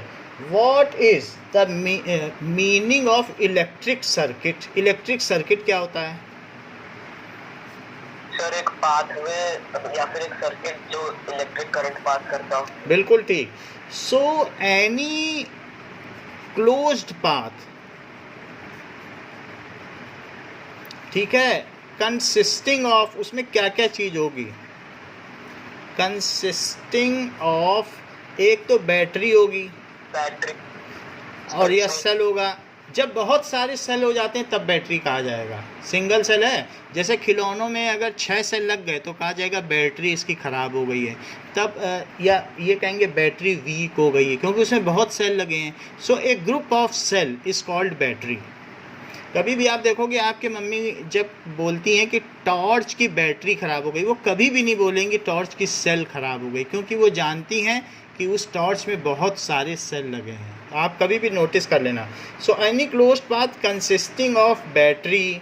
इसके अलावा register, register क्या है? उसमें जो bulb लगा हो, तो किसी भी क्लोज्ड पाथ में एक रजिस्टर लगा होगा, ये रजिस्टर है। और क्या होगा? एक सेल लगा होगा, और एक स्विच भी होगा जिससे कि हम ऑन ऑफ कर सकते हैं। इतनी सारी चीज़ होगी। Consisting of battery, register and switch through which current can, wire नहीं होगा, वायर भी होगा। एनी क्लोज्ड, ये बहुत अच्छी बात कही, एनी क्लोज्ड कंडक्टिंग पाथ, क्योंकि कंडक्टिंग होना चाहिए। तो वैसे हम लिख नहीं रहे कंडक्टिंग पाथ क्योंकि मेरा आगे का सेंटेंस उसे पूरा कर देगा। Through which current can flow, through which, जिससे करंट फ्लो हो सके, current can flow is called, उसे क्या कहेंगे, that is called electric circuit. Wire लिखना है या नहीं लिखना है?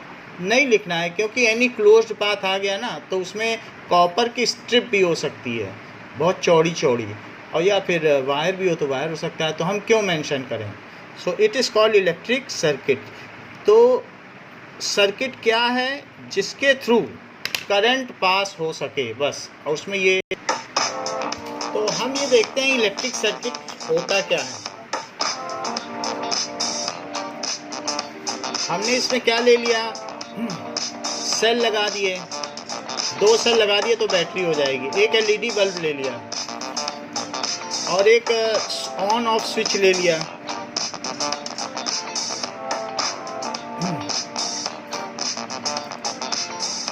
इसमें ब्लैक जो एलईडी बल्ब है उसमें एक शॉर्ट लेग है, तो उसमें क्या होता है, निगेटिव को लगाना होता है। जो लॉन्ग लेग होता है एलईडी में, उसमें पॉजिटिव को लगाना होता है, नहीं तो एलईडी बल्ब खराब हो जाएगा। तो लॉन्ग वाले में प्लस लगाना है, ऐसा लिखा है।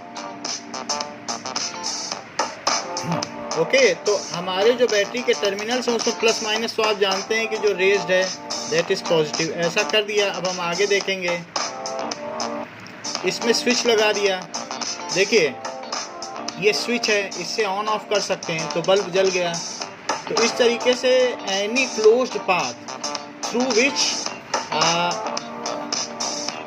लाइट कैन फ्लो, और ये रजिस्टर हो गया, जो बल्ब है वो रजिस्टर हो गया।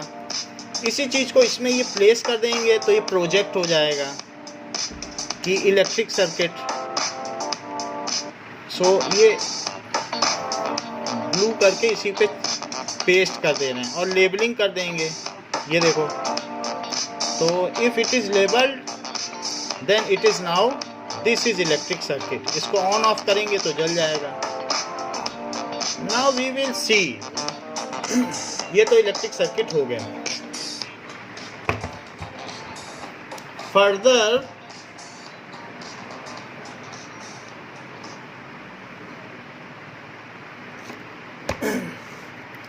यहाँ पर ये रजिस्टर है। रजिस्टर का क्या मतलब होता है, what is register?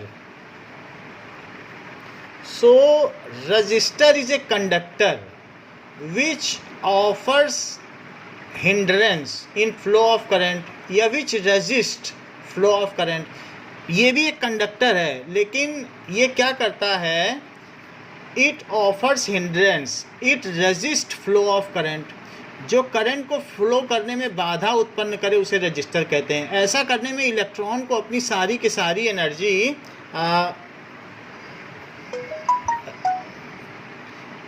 all the energy of the electric energy is consumed while doing so. Okay, now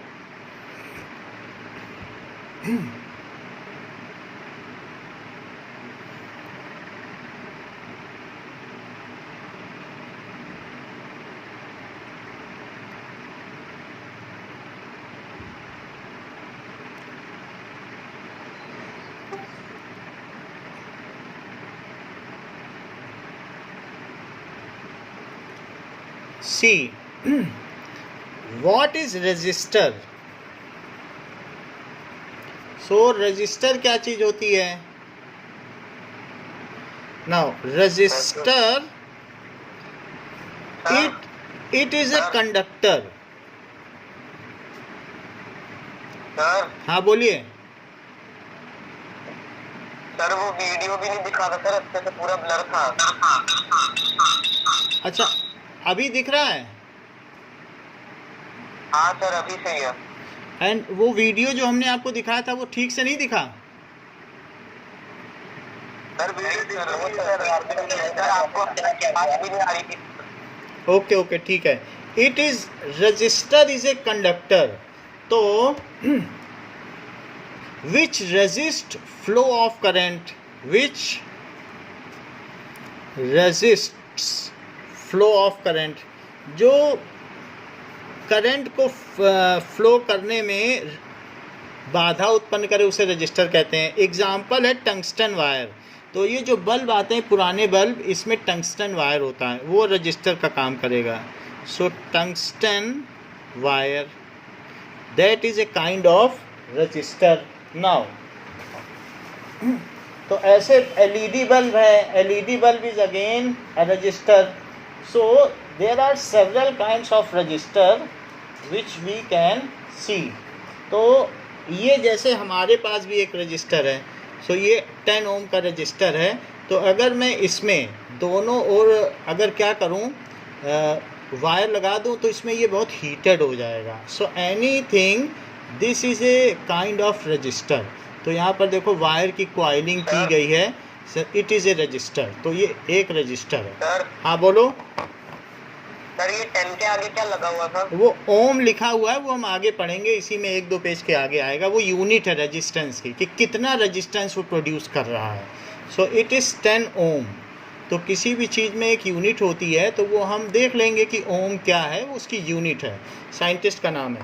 so tungsten wire एक रजिस्टर है जो क्या करे, विच offers hindrance in flow of current, उसको क्या कहेंगे, that is called resistor. Now we will see that electric circuit होता क्या है. So here we are seeing, again you can see, एक स्विच ले लिया, वायर ले लिया और एक बल्ब ले लिया, जिसमें एक शॉर्टर में निगेटिव लगाना और लॉन्गर में पॉजिटिव। ठीक है। सो अब देखो,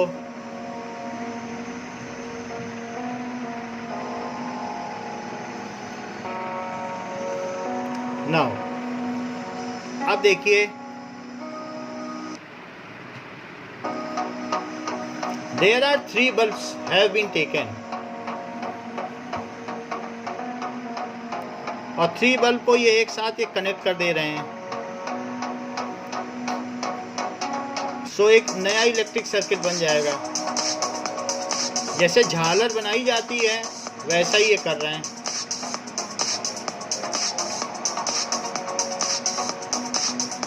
It has been soldered so that they are permanently fixed.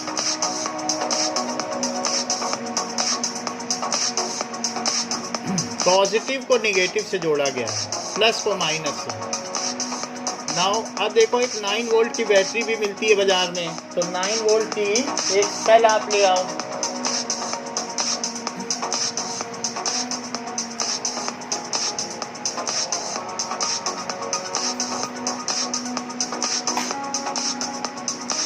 तो ऐसा हम आपको बना के भी दिखा देंगे। ये 9 वोल्ट का सेल है। तो this is 9 volt cell.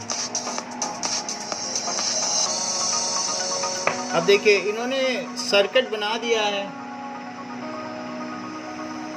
And now it is also a simple circuit, जिसमें बल्ब जोड़ दिया, एक रजिस्टर है, स्विच है, और अब इसमें बैटरी लगा देंगे कनेक्टर में। बिल्कुल इसी तरीके की बैटरी है जैसे मैंने दिखाया, 9 वोल्ट की। ये हाँ, now you can see all the lights are here glowing. So that now switch is on and lights are glowing. So this is a simple circuit which has been shown, जिसमें एक battery है, cell है, और क्या है, register है, और एक की है। So this we have seen. Basic चीज़ हमने देख ली कि क्या चीज़ होती है। Now further, ammeter,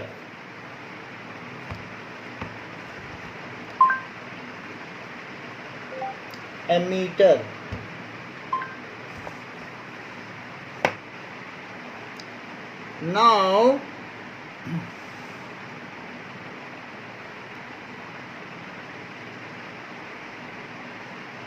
we will see register हमने देख लिया. What is a meter?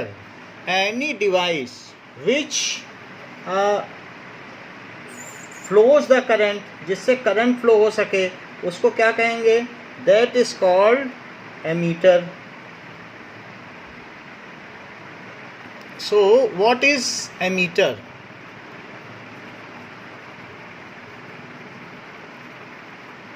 Now a device which measures, जो measure कर ले, which measures amount of electric current flowing in any circuit, किसी भी सर्किट से कितनी इलेक्ट्रिक करंट फ्लो कर रही है उसको वो मीज़र कर ले. which measures amount of electric current flowing through circuit.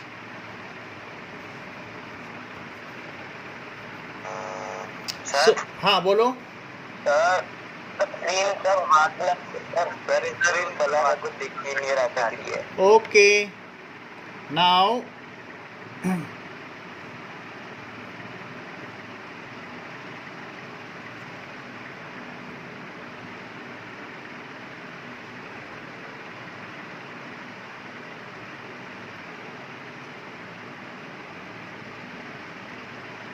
कौन है हिमांशु चंद?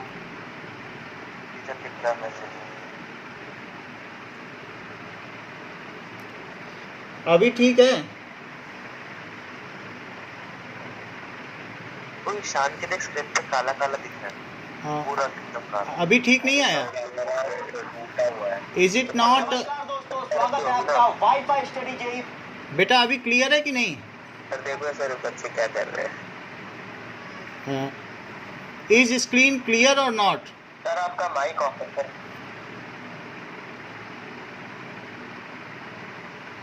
नाउ स्क्रीन इज क्लियर और नॉट? नो सर मेरे को ओके सर आप देखिए. okay now it is a device which measures amount of electric current is called through electric circuit is called ammeter. उसे ammeter कहेंगे. जो इलेक्ट्रिक करंट को measure कर ले कि किसी में कितने एम्पियर करंट फ्लो कर रही है उसको हम एमीटर कहेंगे. Now we will see how the ammeter looks like. तो एमीटर क्या होता है इसको हम देखेंगे. नाउ पार्ट ऑफ अनअकैडमी में. तो दोस्तों मैंने आपको पहले गैल्वेनोमीटर के बारे में बता दिया है. अगर आपने गैल्वेनोमीटर के बारे में नहीं पढ़ा है तो वीडियो पढ़ा हुआ है, जाके वीडियो देखिएगा. आज मैं आपको बताने वाला हूं एमीटर के बारे में. एमीटर करता क्या है? जैसा कि मैंने आपको पहले बताया था कि गैल्वेनोमीटर स्मॉल करंट को मेजर करता है, तो एमीटर जो है अगर करंट की वैल्यू थोड़ी सी, जो गैल्वेनोमीटर है वो माइक्रो एम्पियर में करंट को मेजर करता देखो, है. इसको हम अगर किसी हाई वैल्यू है तो उसको किसी भी सर्किट में लगाएंगे तो क्या बनता है तुम्हारा एमीट. ये देखो यहाँ तक का पूरा ये यहाँ पर आप देख लीजिए ये एक एमीटर दिखाया गया है. नाउ इसमें एक माइनस है एक प्लस है. हम क्या करते हैं एक गैल्वेनोमीटर लेते हैं. Let us see it again. एक गैल्वेनोमीटर लेते हैं. एक तुमने ले लिया गैल्वेनोमीटर. ये रहा तुम्हारा गैल्वेनोमीटर. सारी प्रॉपर्टी बता रहे. We will see a basic version of ammeter.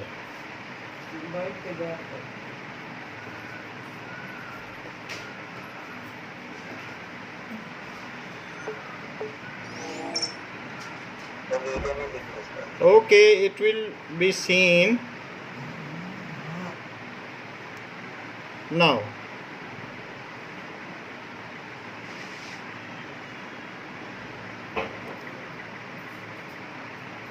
Ammeter इस तरीके का होता है. Now just see this is ammeter.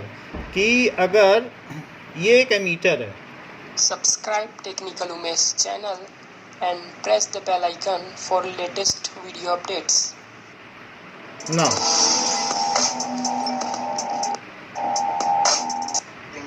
ये एमीटर है. तो इसमें क्या है कि आप अमाउंट ऑफ करंट एम्पियर में मीज़र कर सकते हो. और इसमें एक प्लस और एक माइनस होता है. सो यहाँ दो टर्मिनल हैं, एक तरफ प्लस लगा है और एक तरफ माइनस, जैसे ये एमीटर का पिछला हिस्सा है। सो दैट बैक साइड से आप प्लस माइनस है तो उसको आप क्या कर सकते हैं, कहीं ना कहीं लगा सकते हैं। That is ammeter. Just see the photo, otherwise मैं लैब से आपको लाके अपने कोचिंग से दिखा दूंगा, बट इतना आप देख लें कि एमीटर ऐसा होता है। और इसके पीछे दो टर्मिनल है प्लस और माइनस, एंड इसमें जो कनेक्शन होगा पीछे की ओर दिया है, एक तरफ प्लस लिखा है एक तरफ माइनस। सो बैक साइड में इसके ये कनेक्शंस हैं, प्लस एंड माइनस इसके ऊपर नोटिफाइड है, and it can be seen through it. Starter में गए। सो ऐसे बहुत सारे एमीटर मार्केट में है, जैसे ये देखो ये आज के वीडियो में हम जानेंगे कि किस प्रकार से वोल्टमीटर और ये एक एमीटर है, जैसा कि आप स्क्रीन पर यहाँ पर भी एमीटर आप देख रहे हैं। उसको कैसे किसी रेजिस्टेंस तो इसमें भी दो टर्मिनल हैं जिससे आप इसे कनेक्ट कर सकते हैं। तो इसमें दो टर्मिनल दिए गए हैं नीचे, that can be connected. So there are various types of ammeter coming in market. मैं सबसे पहले आपको सर्किट के बारे में जानकारी दे देता हूँ, ठीक है ना। अपने पास एक एम्पियर मीटर रहता है, एक वोल्टमीटर है और एक रजिस्टर, मतलब एक so ammeter is a device which measures the flow of current through any circuit। तो ये बात हमने देख ली कि एमीटर क्या चीज़ होती है। ये किसी भी सर्किट में से करंट को मीज़र करता है, और ये दिखने में इस तरीके से होता है। ये एक प्लेटफॉर्म की तरह होगा ऐसे, और पीछे से ऐसे होगा, और इसके आगे यहाँ पर दो नॉब होंगे, और एक नॉब के आगे प्लस लगा होगा एक माइनस ऐसे, और यहाँ पर एक इस तरीके से 0 1 2 3 तो, और नीचे एम्पियर लिखा हुआ होगा। ये नॉब होंगे जिसमें कि आप अपने दोनों वायर्स लगा सकते हैं। So this is the picture of ammeter. हम आपको रियल में दिखा देंगे कि how the ammeter looks like. So it is a picture of ammeter.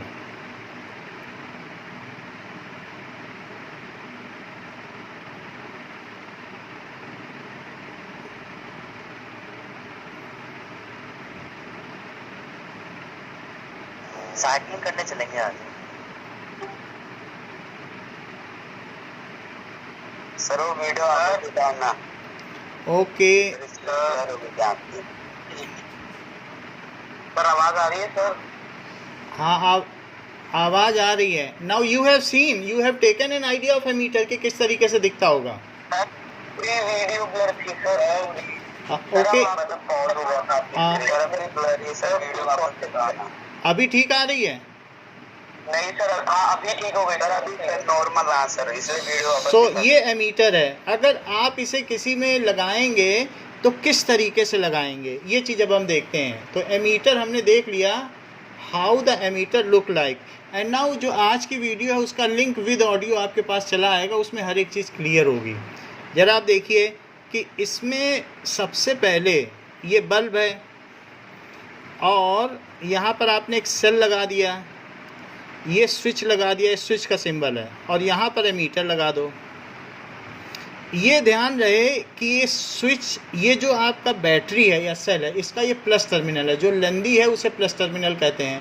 तो एमीटर के केस में एमीटर का जो प्लस है वो बैटरी के प्लस से जोड़ना चाहिए। यानी अगर आप सीधे इसको जोड़ रहे हैं तो यहाँ पर जो बैटरी का प्लस होगा उससे इसको जोड़ना, प्लस वाले को प्लस से। फिर आगे चल के यहाँ एक बल्ब लगा दो, ये बल्ब हो गया, फिर स्विच लगा दो और इसको जोड़ दो। तो ये प्लस वाला प्लस से जुड़ेगा और माइनस वाला माइनस की तरफ रहेगा। ये माइनस है बैटरी का और ये प्लस है, हमेशा इस तरीके से जोड़ना चाहिए। तो हमने देखो प्लस वाले को प्लस से जोड़ा, और माइनस वाला किसकी तरफ है, माइनस की तरफ जाता हुआ। So ammeter is always connected so that the plus terminal of ammeter is connected to positive terminal of battery. So ammeter is connected, जैसे ये मोती पिरोई है, ये मोती पिरोई है, ये सीरीज़ में है, जैसे मोतियाँ एक माला में पिरोई जाती हैं। सो it is connected in series. और एक वोल्ट मीटर होता है, वो भी हम आगे देखेंगे कि इसमें कितना एनर्जी का यूज़ हो रहा है, उसको कहते हैं वोल्ट मीटर। तो ये पैरेलल में लगाया है, तो वोल्ट मीटर से ये पता चलता है इस बल्ब ने कितनी एनर्जी कंज्यूम कर ली। लेकिन एक एमीटर होता है, वो बताता है कि कितना इसमें इलेक्ट्रिक करंट फ्लो हो रही है, चार्ज कितना फ्लो हो रहा है। जो चार्ज के रेट को मेज़र करे उसे एमीटर कहते हैं। So ammeter is connected end to end, क्योंकि वायर के साथ ये एंड टू एंड कनेक्टेड है, पैरेलल में तो नहीं है। तो इसलिए जैसे बहुत सारी माला अगर आपने पहनी हो इस तरीके से, ऐसे भी लोग माला पहनते हैं, तो वो सब पैरेलल में है, ऐसे माला। तो ये देखो इसकी 3 लड़ियाँ पैरेलल में हैं, लेकिन अगर मोती एक साथ सब लगे हैं तो वो कहेंगे सीरीज़ में है। तो ये मोतियाँ सीरीज़ में हैं और यहाँ की मोतियाँ पैरेलल में हैं। तो इसी तरीके से ammeter is connected in electric circuit in series so that positive end of emitter is connected to positive terminal of battery and so on and so on. इसी तरीके से कनेक्ट किया जाएगा, एंड सो ऑन। नाउ अब जरा देखो direction of electric current क्या होता है। So what is direction of electric current? Now Srijan, tell me what is the direction of electric current?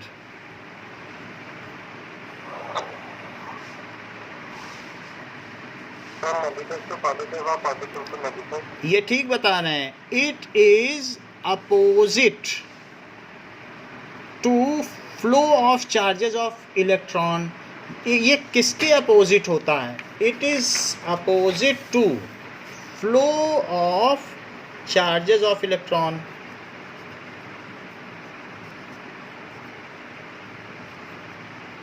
मान लीजिए कि किसी भी सर्किट में, ये जैसे ले लो, तो किसी भी सर्किट में जितने भी दुनिया के साइंटिस्ट हैं उन्होंने एक कन्वेंशनल डायरेक्शन माना कि अगर इलेक्ट्रॉन इधर जा रहा है तो ये टर्मिनल कौन सा हुआ बताओ? पॉजिटिव हुआ कि नहीं? और ये कैसा हुआ? निगेटिव। अच्छा ये बताओ कि पानी अगर ये पहाड़ से गिर रहा है तो बताओ इसमें हायर पोटेंशियल कौन सा हुआ और लोअर पोटेंशियल कौन सा हुआ? ऊपर हाई पोटेंशियल एनर्जी है कि नीचे? सर ऊपर। हाँ, सो ये हो गया हायर पोटेंशियल। और ये बताओ क्या हुआ? Lower potential. क्यों?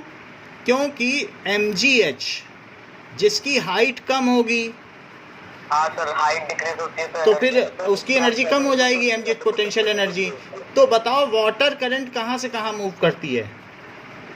सर ऊपर से नीचे, हायर टू लोअर पोटेंशियल। ये ज़्यादा ठीक है। Water current moves from higher potential to lower potential. So water current moves from higher potential to lower potential, lower potential. इसी तरीके से इसमें बताओ हायर पोटेंशियल कौन सा है? ये प्लस वाला कि माइनस वाला? Minus sir, minus. नहीं, प्लस को हमेशा हायर माना जाता है। तो क्योंकि इलेक्ट्रॉन तो प्लस की ओर चल रहा है तो ये क्या माना जाएगा? Higher potential. और ये माइनस को क्या माना जाएगा? निगेटिव टर्मिनल को, लोअर पोटेंशियल। तो ये जो सेंटेंस है ये निगेटिव टर्मिनल है। निगेटिव टर्मिनल, टर्मिनल का मतलब एंड होता है। और ये कैसा है बताओ? Positive terminal. तो इलेक्ट्रिक करंट कहाँ से कहाँ फ्लो करेगी? Sir lower potential to higher potential. नहीं, electric current flows from higher potential to lower potential. यही सेंटेंस चलेगा। जैसे वाटर करंट का चल रहा है वैसे इलेक्ट्रिक करंट का। And its movement is opposite to charges of electron. Electron moves from lower potential to higher potential and electric current moves from higher potential to lower potential. वास्तव में electric current करके कुछ चलता ही नहीं है, किसी भी सर्किट में। इलेक्ट्रिक करंट कभी चलती ही नहीं है। चलता कौन है बताओ? इलेक्ट्रॉन मूवेबल है। लेकिन जब शुरू के साइंटिस्ट को कम आइडिया था तो उन्होंने इसी कॉन्सेप्ट के बेसिस पे निकाल लिया। जैसा ये कॉन्सेप्ट था वैसे ही उन्होंने मान लिया कि ये हायर से लोअर ही चलती होगी कोई चीज़, कोई पॉजिटिव फ्लूइड होता होगा। उन्हें मालूम ही नहीं था इलेक्ट्रॉन होता भी है कुछ, उनको ये मालूम ही नहीं था कि इलेक्ट्रॉन भी होता है। तो उन्होंने यही माना कि पॉजिटिव टर्मिनल से कोई पॉजिटिव फ्लूइड फ्लो करता होगा, वही इलेक्ट्रिक करंट है। तो अब हम क्या लिखेंगे? और आज तक जो भी बुक्स हैं उन सभी में यही चीज़ चल रही है। और बाकी हमारे यहाँ एक पियर्सन की बुक है जो अमेरिका की है, उसमें हम दिखा देंगे। उन्होंने अपना कॉन्सेप्ट बदल लिया है। वो अब कहते हैं कि जो इलेक्ट्रॉन के चलने की दिशा है वही हम मानेंगे। तो अमेरिकन्स ये मानते हैं। और इंडिया में, रशिया में, इंडोनेशिया में, चाइना में, एशियन कंट्रीज़ में यही चल रहा है कि प्लस से माइनस चलती है।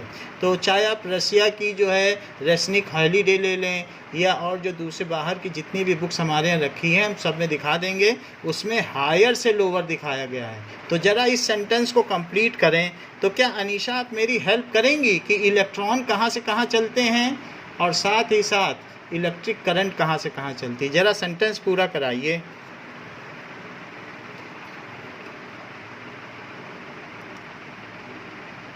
Okay Kunal, can you help me to complete sentence?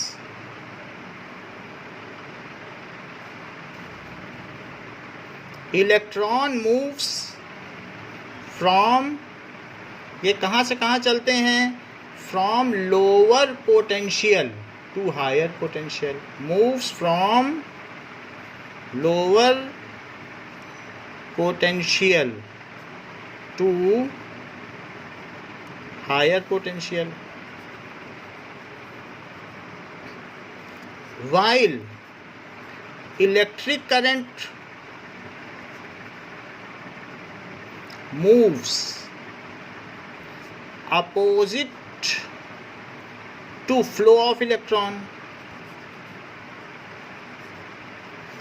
that is from higher potential, from higher potential to lower potential.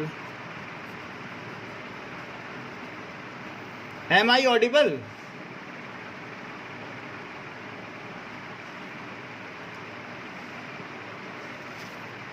Okay, now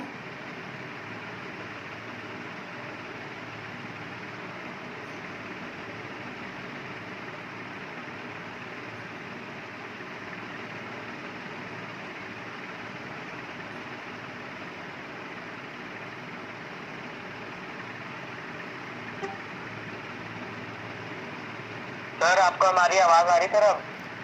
हाँ अभी आ रही है। नाउ हाँ सर पूरे टाइम चिल्ला रहे थे सर। हाँ मैं समझ गया। तो now Srijan, just tell what is the direction of movement of electron and what is the direction of electric current? Sir electrons move from high potential to lower potential. Check कर लो बोलने से पहले। इलेक्ट्रॉन कहाँ से कहाँ move करते हैं? सर लोअर टू हायर और electric to lower, then move from higher potential to lower potential. बस यही बात ध्यान रखना, जैसे वाटर करंट मूव करती है वैसे इलेक्ट्रिक करंट मूव करती है। Electric current moves from positive terminal to negative terminal, सीधी बात। हाँ हाँ बोलिए सर। आपका इंटरनेट कनेक्शन आज खराब है सर, फिर से ब्लर हो गया। ओके अभी हम इसका जो आपको YouTube में लिंक भेजेंगे उसमें ठीक आ जाएगा। इट मूव्स फ्रॉम जो इलेक्ट्रिक करंट है, it moves from positive terminal to negative terminal. यानी इस तरीके से होगा कि अगर मान लो एक रेजिस्टेंस है और साथ में एक सेल लगा दिया और एक स्विच लगा दिया, तो इलेक्ट्रिक करंट हमेशा प्लस से चलेगी। ये है electric current. It will move from plus और इधर की ओर चलेगी, जबकि इलेक्ट्रॉन उल्टा चलेंगे। ये इलेक्ट्रॉन की डायरेक्शन है। So electron will move like this. Electron moves from lower potential to higher potential and electric current moves from higher to lower. इस तरीके से है. However, हाँ सर, तो ऐसा कुछ कंफर्म है कि सर जो पॉजिटिव साइड होती है वही हायर पोटेंशियल वाली साइड होती है? पॉजिटिव को हायर माना है साइंटिस्ट ने कि positive is the energy, it is a kind of energy, so it is higher. तो पॉजिटिव को हायर माना गया है, इसलिए ऐसा कंफर्म है. बट इलेक्ट्रिक करंट करके कुछ भी फ्लो नहीं करता है, तो इसलिए ये चीज़ चल रही है. अच्छा, कहीं कहीं हमने आपको बता दिया था कि जैसे एक हमने इलेक्ट्रोलिटिक बाथ ले लिया था जिसमें जिंक और कॉपर ले लिया, तो वहाँ पर कुछ ना कुछ आपस में चल रहा होता है जो डिस्प्लेसमेंट होता है. एक यहाँ पर हमने बल्ब लगाया था, तो कहीं कहीं दोनों चीज़ें मूव करती हैं. जैसे जिंक और इसमें इलेक्ट्रोलिटिक बाथ लिया था और कॉपर सल्फेट का सलूशन लिया था और दिखाया था कि जिंक और कॉपर सल्फेट में जिंक कॉपर को डिस्प्लेस कर देता है. तो वहाँ पर होता क्या है कि जिंक आयन सलूशन में उतरते हैं और इधर की ओर मूव करते हैं, तो कहीं कहीं पॉजिटिव चीज़ भी मूव करती है. तो कहीं इसलिए हम लोगों ने बदला नहीं. हमने कहा जब हमारे इलेक्ट्रोलिटिक बाथ में पॉजिटिव मूव करता है तो हम क्यों कह दें कि ऐसा नहीं होता. तो जबकि वायर में हमेशा इलेक्ट्रॉन मूव करते हैं और इलेक्ट्रोलिसिस में पॉजिटिव चार्जेस भी मूव करते हैं. जब बादल से बिजली कड़कती है तो पॉजिटिव चार्जेस नीचे गिरते हैं. तो इस तरीके से हम लोगों ने अपने कॉन्सेप्ट को स्टैंड स्टिल रखा है. तो इस क्लास के लिए बच्चों इतना ही, बाकी अगले क्लास में हम और क्लियर करेंगे. Thank you.